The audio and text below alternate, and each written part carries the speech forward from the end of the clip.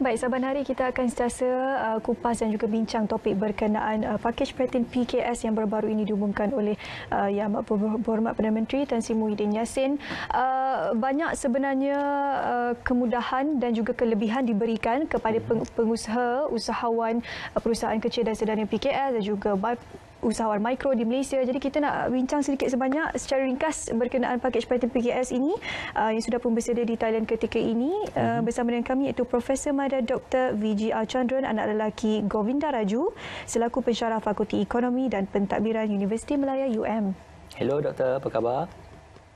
Hai, selamat pagi. Khabar baik? Selamat pagi. Baik, doktor, apa yang kita dengar daripada Perutusan Khas bersempena dengan pakej rancangan ekonomi perhatian rakyat tambahan untuk PKS itu dalam arti kata lain jumlah tambahan sebanyak 10 bilion ringgit ditambah kepada suntikan fizikal 35 bilion ringgit itu.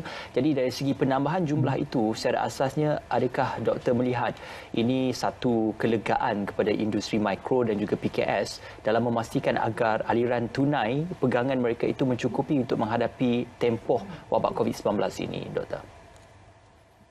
Ya, pastinya jumlah yang diberikan itu amat memuaskan dari segi contohnya kalau kita lihat keseluruhan package yang diberikan, ia merangkumi sebanyak 110 bilion untuk sektor perniagaan, yang selebihnya adalah untuk rakyat dan sebagainya.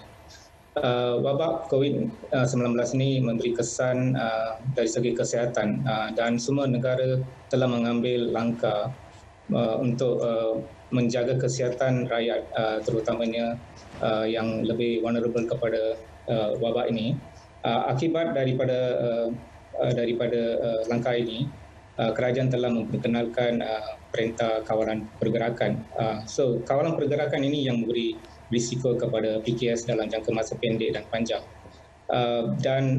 Apa yang risiko ini bergantung kepada jenis perniagaan dan juga sektor yang terlibat dan juga kedudukan mereka dalam rangkaian penawaran, iaitu supply chain, ya. Dan ia juga bergantung kepada saiz perniagaan dan juga risiko yang dihadapi oleh peniaga tersebut. Contohnya kalau kita lihat profil PKS Malaysia, kita mendapati bahawa perniagaan mikro merangkumi sebanyak 76%, manakala perniagaan sederhana merangkumi 21%. Dan kebanyakan perniagaan tersebut adalah di sektor perkhidmatan dan selebihnya adalah dalam sektor perkilangan dan juga pertanian. So, amat tinggi sekiranya peniaga itu terlibat dalam sektor perkhidmatan, memandangkan lockdown ni, Perintah Kawalan Pergerakan ini telah memberi kesan dari segi perniagaan mereka. So pastinya langkah yang diambil oleh kerajaan kita adalah sejajar dengan langkah yang diambil oleh kerajaan-kerajaan lain. Contohnya kita telah memberi penambahan sebanyak 10 bilion dari segi mengurangkan risiko yang dihadapi. Tapi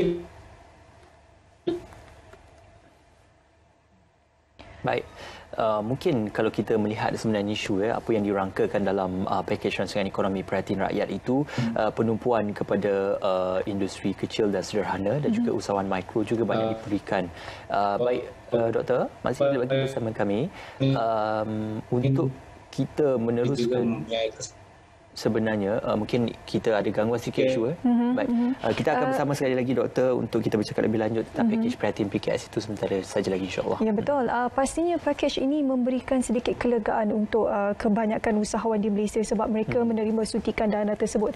Tapi apa yang penting sebenarnya, kerajaan sudah memainkan peranan mereka dan pada masa yang seterusnya selepas ini pihak usahawan juga perlu memainkan peranan anda untuk menggunakan suntikan dana itu dengan sebaiknya bagi memajukan lagi perniagaan anda, sebab difahamkan sekarang ni kebanyakan masyarakat Malaysia rata-rata walaupun ini tidak rasmi sudah pun menggembang-gemburkan untuk kita semua memberi pulangan balik kepada usahawan domestik, terutamanya apabila tamat sahaja tempoh PKP ini dan apabila usai pandemik COVID-19 ini, kita semua digalakkan untuk berbelanja di dalam Malaysia, contohnya melancong ke Langkawi, ke Pulau Pinang, beli burger juga abang-abang di tepi jalan kata mereka untuk membantu usahawan yang berada di negara kita terutamanya. Betul, seperti yang diceritakan oleh Shu adalah peniaga ataupun penjaja di kalau kita lihat peniaga dan juga penjaja-penjaja kecil itu banyak yang terjejas. Dalam hal ini pelan ataupun pakej rancangan ekonomi Prihatin Rakyat PKS itu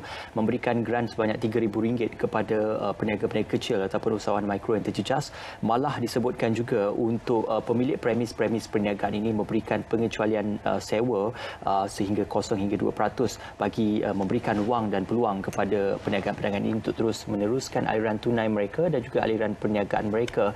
Dan juga apa yang penting adalah kalau kita boleh melihat subsidi upah yang ditingkatkan dari lebih kurang RM5 bilion kepada RM13 bilion dalam pakej rancangan ekonomi Prihatin Rakyat itu juga memberikan gambaran bahawasanya untuk kerajaan sama-sama memberikan kita kata kerjasama kepada PKS dan juga perniagaan itu dalam menanggung bebanan upah dan juga gaji bagi pekerja yang memerlukan pendapatan mereka untuk meneruskan penghidupan mereka. Dan kami juga ingin menguat-uat kepada anda di sini, walaupun mungkin kita sekarang ini sedang berhadapan satu situasi yang agak sukar, jangan timbulkan rasa panik, terutamanya anda yang mempunyai masalah mental ataupun rasa tertekan disebabkan oleh Perintah Kawalan Pergerakan PKP ini. Sekiranya ianya dipanjangkan, di mana keputusannya kita akan ketahui esok, anda semua disarankan untuk tidak mengeluarkan berita palsu ataupun tidak mengeluarkan apa-apa jua kenyataan yang boleh menimbulkan kekecohan dan mengganggu gugat keharmonian masyarakat Malaysia. Sebab ini kalau kita lihat di peringkat global, inilah masalah utamanya. Perkataan panik itu apabila dikuasakan, apabila menyelubungi seseorang individu itu, mereka tidak boleh berfikiran jauh. Jadi itu kita harap agar tidak berlaku sekiranya tempoh ini dipanjangkan lagi.